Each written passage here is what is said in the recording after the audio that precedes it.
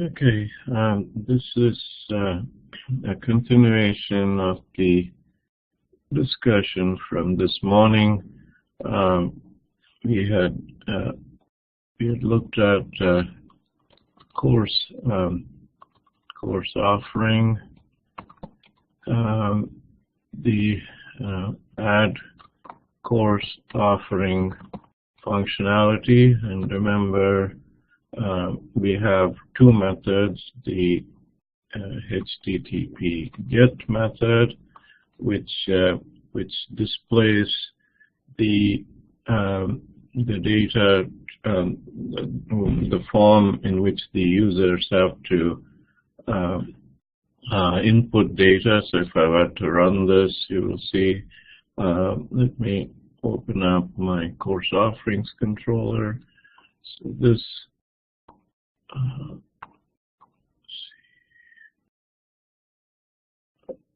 Let's see right here, HTTP GET, and remember that at the end of the class I just took the entire list of drop downs, one for the day of week, the second for instructors, the third for courses, and so these three view data, and I created a separate method, a private method for populate drop-down lists, and I'm basically calling it in this HTTP GET method, and then saying just return the view, and the view is this add course offering, and add course offering, you can see that it has a series of, it's a form where there is a series of inputs. This, if it just says input,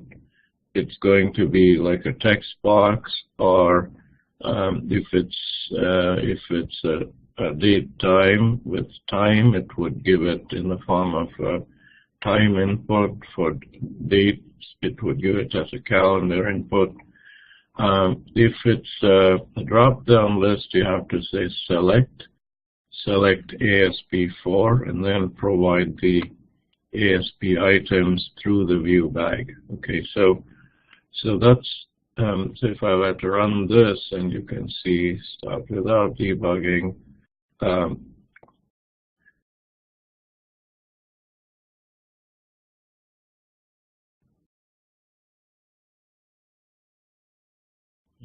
Search course offerings.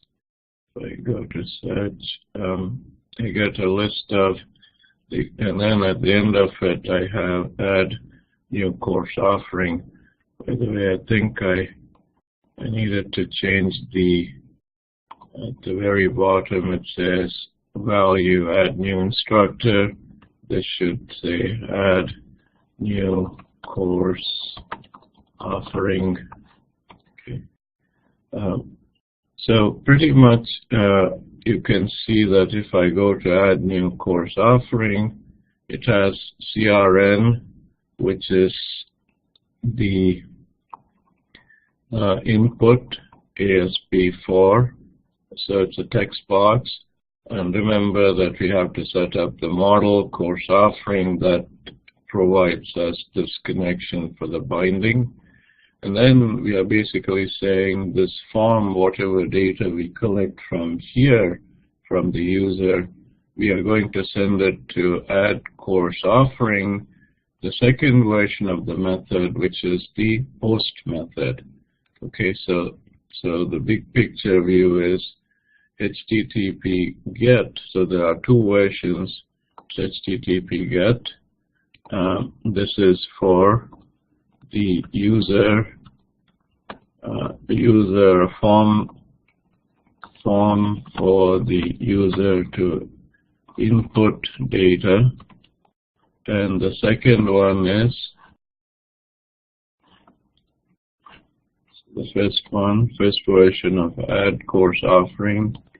The second is HTTP post.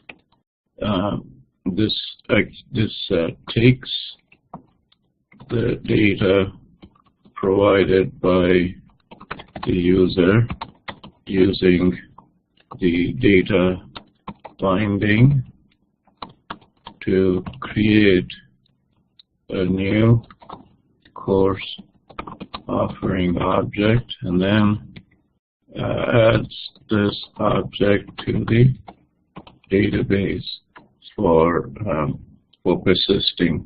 Okay, so these are the two versions, and you can see that I'll go to the view, and you can see there's an input. So when it says input this here,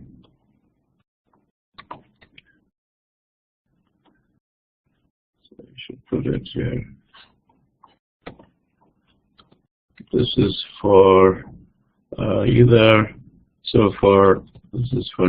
text box or if it's any other, I'll call it any other or text box or other than drop down list. And if it says select the ASP4, and then obviously you'll have to have the ASP items and so on. If you see this, then it means it's a drop-down list. Okay, so these are some things to make a note of, and obviously we have to have a reference to this model of whatever we are actually adding. So that's crucial to have. Without that, you cannot add and bind. Okay, so these are some points to keep track of when you are working with the form to get the data. And then, so I'll just go ahead and get some, like Monday, Wednesday, Friday, as I said, 10:30 a.m., 11:20 a.m.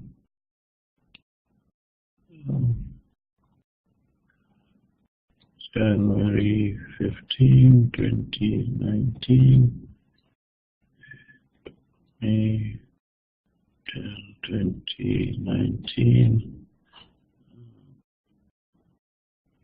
I'll choose somebody verticalized. Or maybe I should go with an accounting professor, Scott Fleming. Intro to accounting, add new course offering, go back to search. Well, I guess I could have done a search by department here, accounting. Search, and that should give me the intro to accounting that we just created. Okay, so now I want to bring in the other two, which is so with course offering add, delete, which is the simplest one, and then edit. Okay, so for delete course offering, we are just going to get the ID, which is the ID for course offering. Okay, so that's the ID we are going to collect and send it for processing on the controller side. And let's go ahead and see how we do this. Okay, I'm going to go into search result, the view, search result, and in the view I'm going to add these buttons, and for adding the buttons I need to introduce, so I'm going to introduce one button for, so I'm keeping the header empty. If you want, you can add in delete insert if you want to, but I will keep it, keep those two, and I'll add in the two buttons. Okay. So at the very end over here, I'm going to add in, this is, Okay, I'll do it right here so that you can see it. Part of it is I'm going to use the same type of button, so for which I can take some of this. Okay, this is the same type of button as what I'm using for add new course. So if I go on down here, it says, okay, action. So instead of add, I'm going to call it delete. And the controller is course offering. Delete course offering. I'll just make a change to it a little later. Instead of saying delete course offering, I'm just going to say delete a particular course offering. And I could either use the course number or CRN, probably CRN. So I'll say each course offering dot CRN. Okay. And there's one other piece of information that I have to send, which I didn't have to send previously, which is that particular ID, and we send it through the ASP route ID, and that is going to be at each course offering dot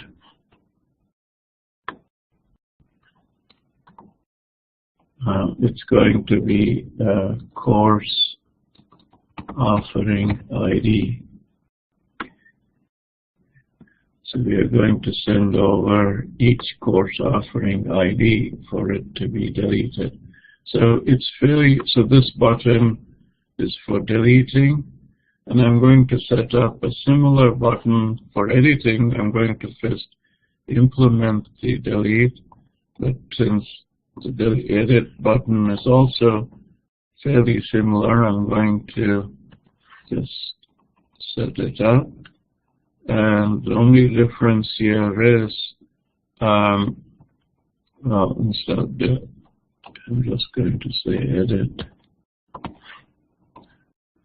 And coming down here, I'm similarly sending over each course offering ID, but okay, I have to also give a little bit of space there. Okay, this is instead of delete, it's going to be edit. So if I save this, and if I go back to my search results here, if I refresh this, okay, so you should see these two extra columns with these rows for delete and for editing. Okay. Now, of course, I have to tie it up to the controller for the action. So I'll go to a course offering controller, and then as far as the edit is, the delete is the easier option. So I'll do that first, and then I will get to the edit.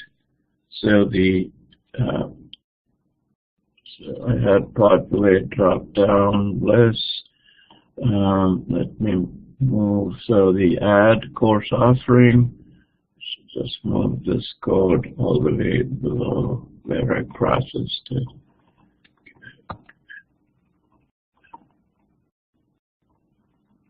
Okay, so I'll put this below.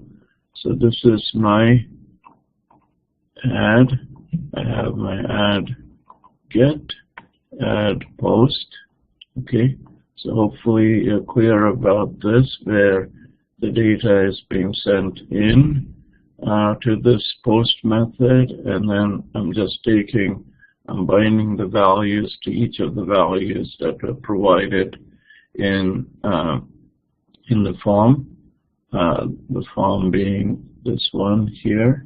Okay, this is where the user provides it, and then we link it up to specific properties. And that's why we are binding them to those specific properties and adding that creating this object which we are adding to the database and saving the changes. And once it's saved, we are saying go back to search course offerings. Okay, so now what do we do for delete? Okay.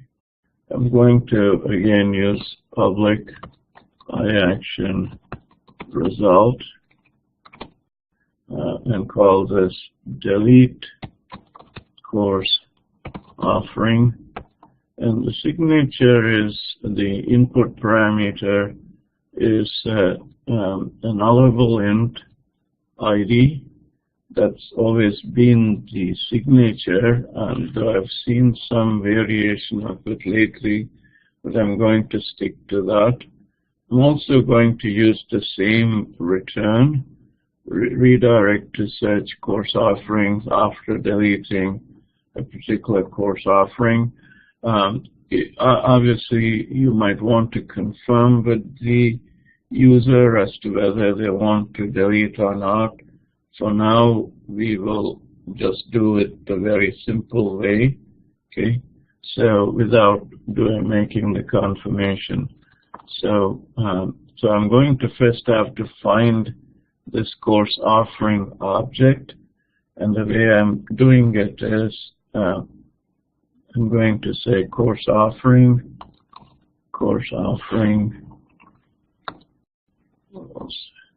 Go to the database, go into course offerings, and then find that particular course object with that particular course offering ID. Okay. And once we have found that particular object, we are going to tell the database to go into that and remove that object, that particular course offering object. And finally, whenever we make changes that affect the database, we have to say database.save changes. For now, we'll use the simple save changes. The alternate is the async version of save changes. Okay, so this pretty much will take one of the course offering IDs that were sent over, remove it, save the database with this object removed, and then redirect to search course offerings. So if I go to build,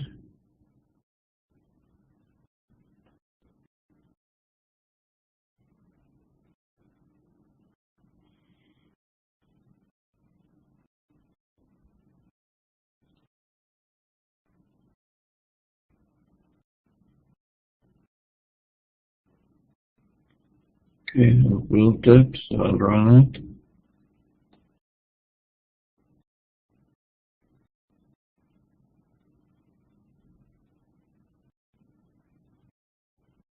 Okay, search course offerings. I searched this. Okay, now I have the last one is intro to accounting. So if I said delete, it should come to the new method that I just created, send in the ID of whatever the course offering ID was, find that particular object and remove it from the database. Okay, so I'm going to do that. If I do a search, you can see that last accounting course doesn't exist anymore. Okay, so this is for delete. So that's fairly straightforward. Again, there are some things to add in to provide for the safety of accidentally deleting data, but we'll discuss that after the spring break. The final functionality that I want to discuss is edit. Edit course offering. This also uses an ID, which is the course offering ID. For add course offering, obviously the ID didn't previously exist, but for these two, for delete and edit, they do. Okay, so edit is also in some way similar to add because you have HTTP GET form for prompting the user, and the HTTP POST form with data binding to get the data that the user provides to update the data of the database itself. Update data and then move it to the database. Okay, so let's look at how edit course offering. So there is some similarity to delete course offering in that you have an ID, but there's also some similarity to the add with the get and the post. Okay, so there are going to be two methods. So let's see how we set this up. Okay, so the get is going to be very similar to the get for add course offering. Okay, so we'll do this. Okay, HTTP get. Oh, actually, what I'll do is I will actually copy both of these. Okay. Okay. I'm going to just pause this briefly.